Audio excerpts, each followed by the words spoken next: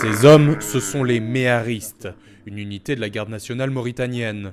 Ses membres sont recrutés dans les communautés nomades autour de Néma, au sud-est du pays. Leur chameau, leur meilleur ami dans le désert, leur permet de longer les 1200 km de frontière entre la Mauritanie et le Mali pendant des mois. Car non loin de là, des groupes djihadistes liés à Al-Qaïda grignotent toujours plus de terrain. Les méharistes, grâce aux populations locales, sont donc les premiers remparts à la diffusion de l'extrémisme violent sur le territoire. Nous avons des éléments de renseignement qui sont infiltrés dans les marchés. Ils observent le commerçant. Quand il s'agit de grandes quantités de carburant, par exemple, achetées par un nomade, ce n'est pas raisonnable. Mais leur travail n'est bien sûr pas sans danger.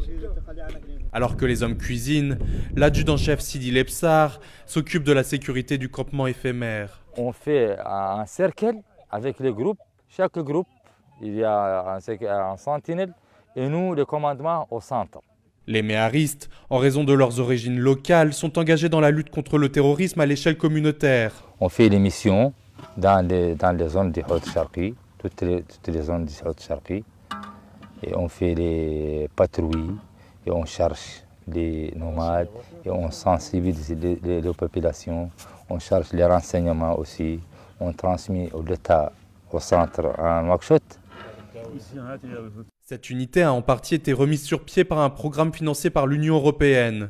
Et par la création d'une académie régionale, l'institution compte bien étendre cette stratégie à d'autres pays. Mais la collecte d'informations reste leur principale attribution. La sécurisation armée de la frontière requiert en effet d'autres compétences.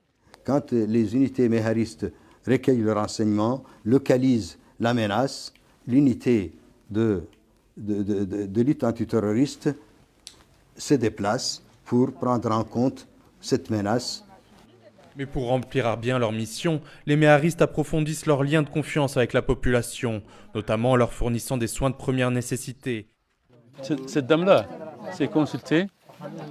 Elle dit qu'elle a des vertiges, des nausées. De ce fait, je lui ai donné de l'albendazole. Ça, c'est un déparasitant. Près de 100 nouveaux méharistes ont déjà été recrutés et seront bientôt opérationnels. Mais les autorités ne comptent pas s'arrêter là. 200 hommes de plus doivent rejoindre les rangs de l'unité d'ici peu.